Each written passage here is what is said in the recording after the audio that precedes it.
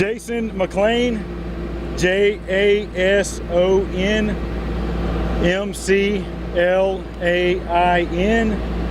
Battalion Chief, Atlanta Fire Rescue Department.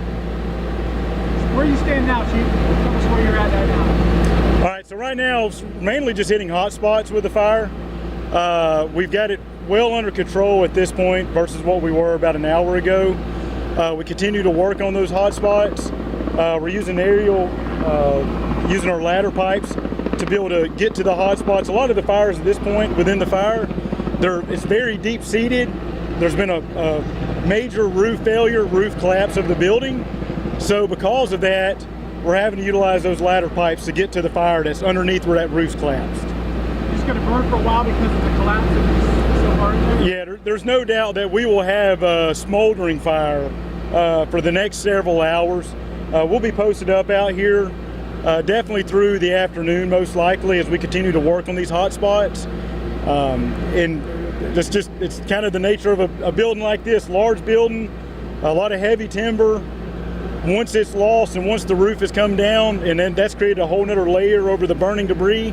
So we'll just be battling that for quite a while. Can you talk about how they found out? Because I know there was people walking by and maybe just ran down here. They went on foot at first, right? Okay, so yeah, I can give a quick overview of everything of how it all came in. So actually, our firefighters discovered the fire first.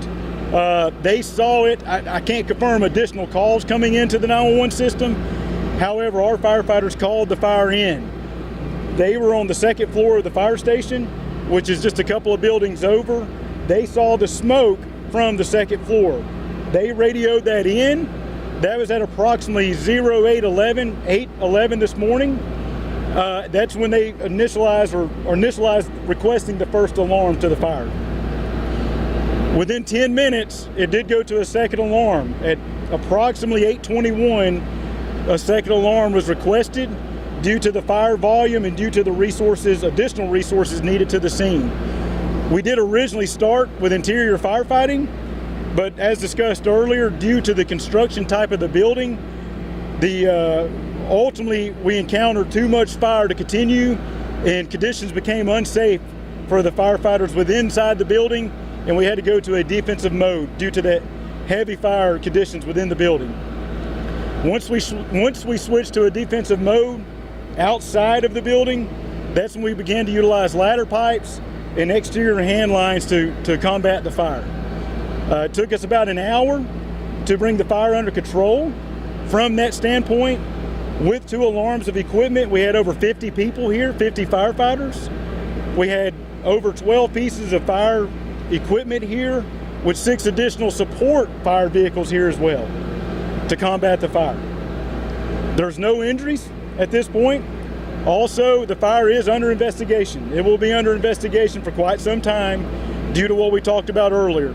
We're still several minutes to hours away from getting into the investigation phase of the fire.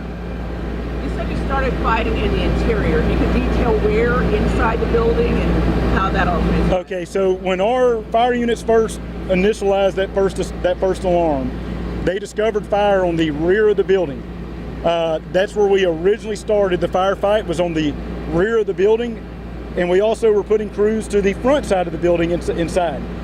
That's when we encountered a tremendous amount of fire due to the construction type. In the tremendous amount of fire, it was determined at that point we needed to go defensive because the conditions within the building were rapidly becoming unsafe. But no one was in, they were closed at the time, but you think that back section is like a kitchen area? Do you know what's back there? From my understanding, the kitchen is towards the back of the building. I can't say that that's where the fire originated, though. That's still way early in the investigation. Just the back of the building first. That's where the initial fire was discovered from our members. I understand the residents in that condo building were asked to vacate for. Yes, great question, great point. So we did, during one part of the fire, due to the multi-floor building next to the business and the fire that was emitting through the roof, once fire began coming through the roof of the business, we did make the decision to evacuate the building next door. We had to go, and that became one of our high priorities, was getting all the members out of that building To my knowledge, there's been no damage suffered to that building. That was simply because of a precaution that we asked all the members of that building to exit the structure. Was there one person that may have ran out that was inside of the building when the fire started? To my knowledge, I've not heard anything of that someone ran out of the building. So that'll continue to be under investigation. So we got a mostly brick building, right? What are some of the things that are on the inside that could be fuel the fire? So as far as some of these older buildings, brick building, you have heavy timber involved. You got a steel bar joist involved with the roof line. Obviously that steel, once we begin to get a tremendous amount of heat on that steel begins to expand. And at that point, that's when the roof begins to fail. And that's what we encountered with our members. We had a lot of fire volume inside the building. They had been interior on the firefight for quite some time, for an extensive amount of time. And that's when it was determined that it had just become too unsafe